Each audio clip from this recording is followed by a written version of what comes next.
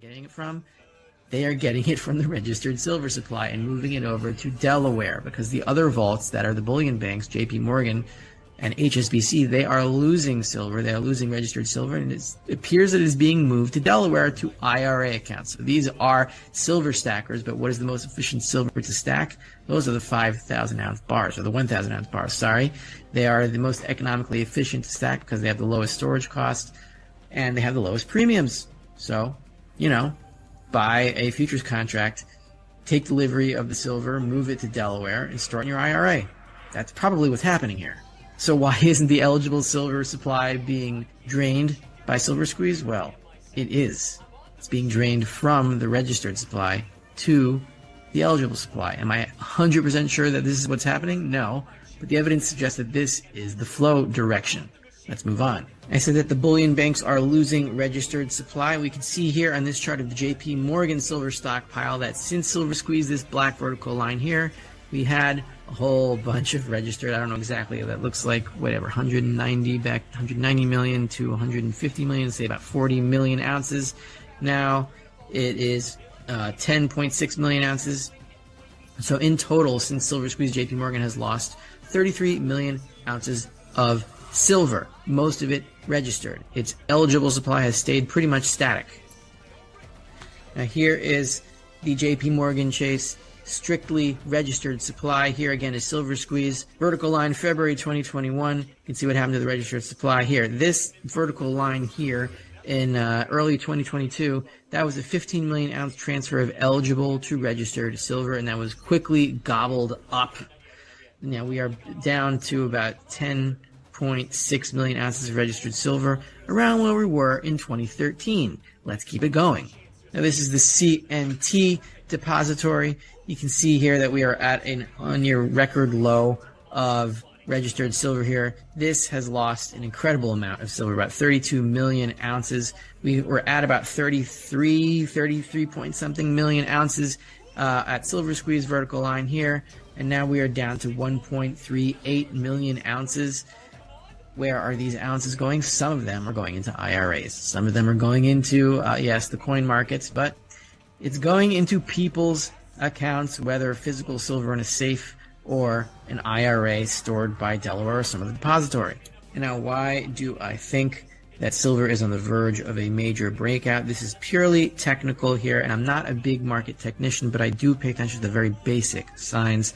We have here a clear downtrend since silver squeeze. Silver squeeze hit a high of 30.35. You see here H30.35 on February 1st, 2021. So I put the trend line exactly there at that crossroads, at that point, and we have the trend hit here, the downtrend hit here, established in May 2021 and touched again in March 7th, I think that is, 2022, when we had the whole nickel squeeze fiasco scenario in the LME, and touched again in April 2022. And then we had that big sell-off, and now we're back to the trend line, and it looks like we are just above it. We were above it for about 3 weeks. It wants to break through. It looks like it wants to break through. It looks like it might be breaking through today, and once this trend line is broken through, I think we will be establishing a new uptrend line from a downtrend line. After downtrend lines come uptrend lines. That's how markets work. But why am I specifically excited about an uptrend line being established now? Because we are at near all-time lows in the registered silver supply. While the bullion banks had a lot of silver to sell to buffer the rally since March 2020, they are pretty much out of it now. Well, JP Morgan could bring a lot more eligible silver into the registered market and tag it with a warrant. We'll see if they can even do that, if it even belongs to them. It's unclear who it belongs to.